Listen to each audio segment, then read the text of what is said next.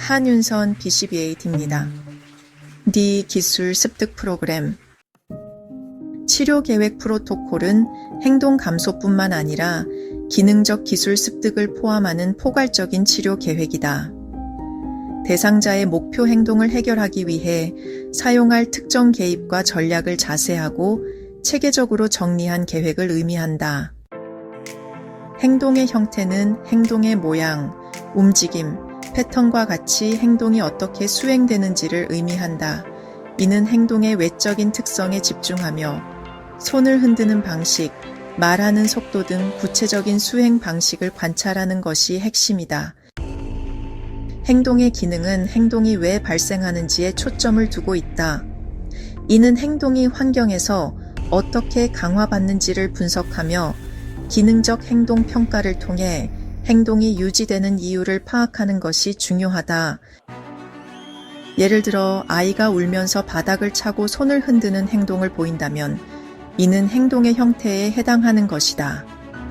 하지만 이러한 행동이 장난감을 얻기 위해서인지, 어려운 과제를 회피하기 위해서인지, 감각적 즐거움을 얻기 위해서인지에 따라 행동의 기능이 달라지는 것이다. 촉진은 정반응을 하도록 사용하는 보충적인 선행 자극이다. 크게 반응 촉진과 자극 촉진으로 구분된다. 반응 촉진에는 언어적 지시, 모델링, 신체적 지도가 있다. 언어적 지시는 말이나 구두 지시를 통해 특정 행동을 유도하는 방법이다.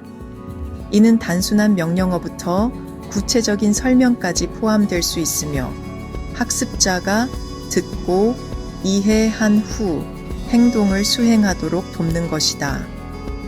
예를 들어 학생이 눈앞에 교재를 펼치지 않을 경우 교사가 학생에게 책을 펴세요라고 말하면 학생이 책을 펴는 행동을 하는 것이 언어적 지시에 해당한다.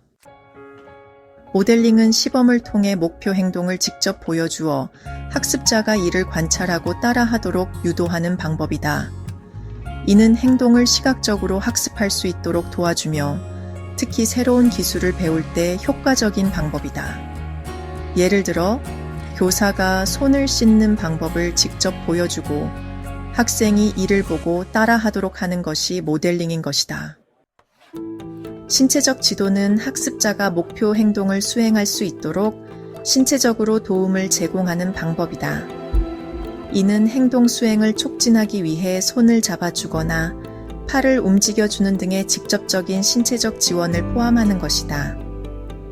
예를 들어 아이가 신발을 신는 방법을 배우는 과정에서 교사가 아이의 손을 잡고 신발을 신도록 도와주는 것이 신체적 지도에 해당한다.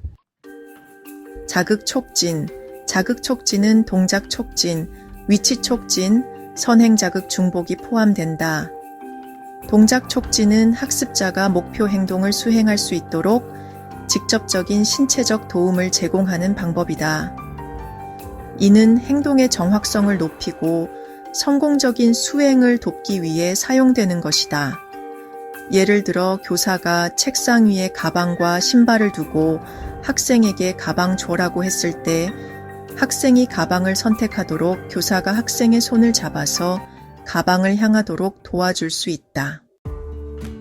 위치 촉진은 목표 행동을 쉽게 수행할 수 있도록 자극이나 물건의 위치를 조정하여 학습을 돕는 방법이다. 이는 학습자가 자연스럽게 행동을 수행할 가능성을 높이기 위해 사용되는 것이다.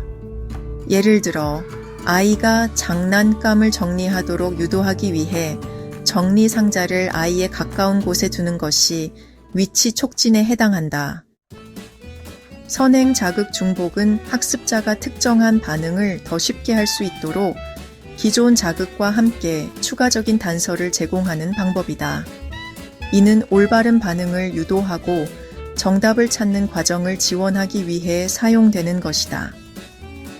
예를 들어 아이가 특정한 글자를 읽도록 도와주기 위해 해당 글자를 더 큰 글씨로 강조하여 보여주는 것이 선행 자극 중복에 해당할 수 있다.